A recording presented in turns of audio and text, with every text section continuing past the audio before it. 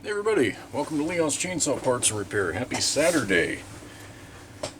I don't have anything to show you. So, I know it's been 2 weeks. I'd say 2 weeks, I think. Give or take, since I put up that video on the 775G. It's ready, but the decals haven't gotten here yet. That's life, I guess. I was hoping that they might, by some strange, accidental, weird coincidence, show up in today's mail, but that didn't happen. So, all the parts are painted. They're hanging over there. That video, and what do I have so far? I can't remember. It's over 20 minutes, I think. Doesn't matter. I've got some video footage that's on the computer, and what I'm going to do, I didn't spend a lot of time focusing on the paint. I went through a little bit of that. There's some of the prep work showing, as I remember, showing the various ways that I clean up parts, whether it be the blast cabinet, the words aren't working for me today. The ultrasonic cleaner, good old-fashioned, degreaser with a scrub brush, toothbrush, and stiff wire brush, all that stuff. So, got everything cleaned up real nice.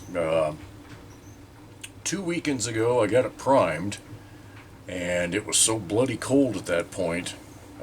Again, I'm certain I've got this in the video, but I had to set up one of those oil heaters with parts hanging in order to heat them up to a point where I could get primer on them. I wouldn't do paint like that, but the primer, I was comfortable it would adhere, and it did, so that's good.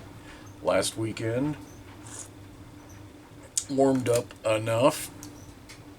The second, I think it was Sunday, either Sunday or Monday, warmed up enough that I was able to get paint on there, which was amazing since we had snow that week, Wednesday, Thursday, and then melt day was Friday, which was a week ahead of the giant mess that everybody upstate has had right now. If you've seen the news in the Northwest, pretty much from Cottage Grove north and west to the Cascades has been an ice rink. There were days where I was looking at the road cams on Trip Check and checking stuff out. And when you see the Megler Bridge in Astoria at, what the hell was it, 17.9 degrees, you know shit's gotten serious. That part of the state is not accustomed to that kind of weather, so created some havoc. Some gas stations down in our area had to close for a couple of days because the fuel trucks, a lot of our fuel comes out of Eugene. Well, that was an ice rink, and some of the worst, actually, in terms of interstate travel, was between Cottage Grove and, say, Corvallis. Of course, Eugene's right in the middle of that. So, yeah, it's been an interesting week. Been warm down here by winter standards. It's 56 degrees right now, pretty close to lunchtime. Raining, wind, just enough rain and wind that it offset the relative warm temperature. I had considered going up the firewood hill. I've got some incense cedar seedlings to plant. I ordered 10 of those to put in areas that we have done what we're going to do, and I think we can, if anything else dies in those big areas, we can fall the trees around them. So, but no, I saw this stuff and went, yeah. Reminds me of the coast. Reminds me of growing up in Bandon. The storms, lots of times, were fairly warm like this. The wind would get up and rip anywhere from 15 to 40 or 50 miles an hour. Today it's around 15, 20 around here, but yeah, over there we could get some good stuff. Rain coming in sideways, and it's not quite to that point here, but like I say, it's enough. I might go out and play in it. So yeah, and the other thing that I could have done a video on today, had shipping carriers not been impacted by all this winter weather, would have been that Pioneer P39 Oh, I don't know how old that video is. I think I got it in 2023, so it's within a year old. Had an air filter cover on it that somebody had painted some odd shade of metallic blue, and one of the viewers of the channel saw that video and said, "Hey, I can help you out. I've got the right filter cover." So he sent it down, and we'll talk more about all those things when I do that video. Long story short, filter cover that was on it was an early style that uses a different filter, a different mount, whole kit and caboodle. So I went to put this one on, and I went, uh-oh. Had to go out to eBay and scrounge up some rather expensive parts. Let me tell you, Pioneer parts are not cheap. If somebody's broken down a saw, you might get lucky and do all right, but given that they went under, well, were bought out by, what was it? Partner, and then Partner was bought out by Electrolux and was essentially, they were under the same house as Poland. Then the Pioneer name disappeared entirely, I want to say in 1988. Rambling way of saying it's been a long damn time since Pioneer made parts. Or anybody made parts under the Pioneer name, so. Anyway, when all that stuff does get here, I will do that video on the difference between the early and late style air filtration systems on those saws. Because even though I knew it, I don't work on them enough to actually remember it. You know what I mean? Look at the IPO. Oh, yeah. This was that reminder. So, anyway, I'm sitting here blathering to you guys about a whole bunch of nothing because I don't have any damn content. I can't cut trees, or I'm unwilling to. I don't have anything to work on. So all I can do is show off a new piece of literature that'll be going up on the website, well, probably this weekend.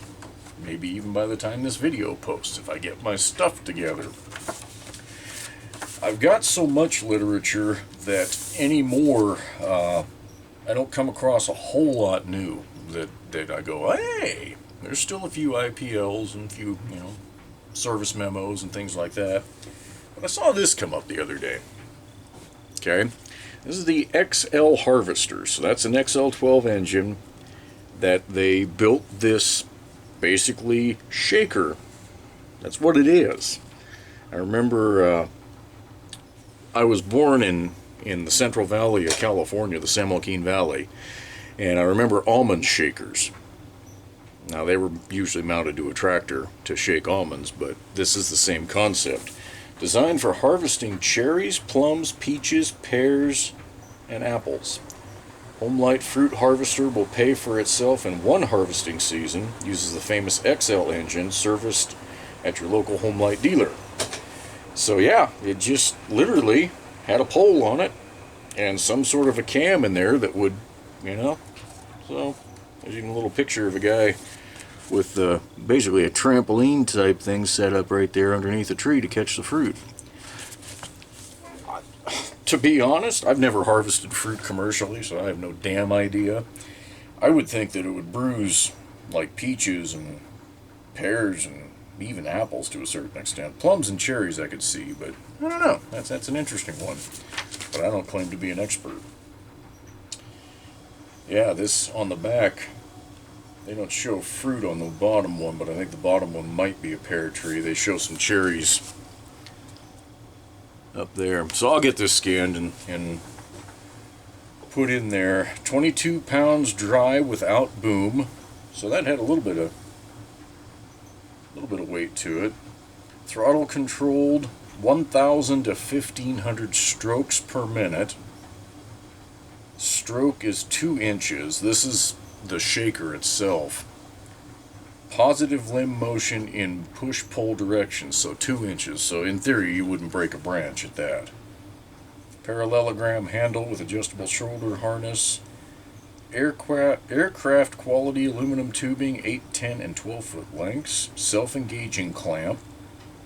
Replaceable abrasion-resistant rubber facings. I wondered about that. And then the shaker is crank and connecting rod pulley driven, fixed stroke. Some sort of a permanently lubricated sealed bearing on the rotating parts in the shaker assembly itself. And I don't know for certain how to decode these dates, but if I was taking a wild guess based on other stuff I've seen, I'm going to say this is dated March of 1966 based on that, I think. Be awful damn close. So anyway, I'll get that scanned and added to my collection of literature on Homelite stuff, but that's about all I got for you folks. No other updates to offer. Yeah, I'm just gonna end it right there. And as soon as those damn decals come in, we'll get them on that 775G, get those parts clear coated, and then I'll assemble it as quickly as I can after the clear coat. I actually like to assemble it when that clear is not totally cured. It takes about a week in this kind of temperature before it gets to its maximum hardness, at least what I've witnessed. So I like to be able to set screws before it gets to that maximum hardness. It minimizes cracking and, you know, all that kind of junk. So whether the decals come first or the rest of the parts for the P39, I'll get you guys some content as soon as possible. Hope you all have a great weekend.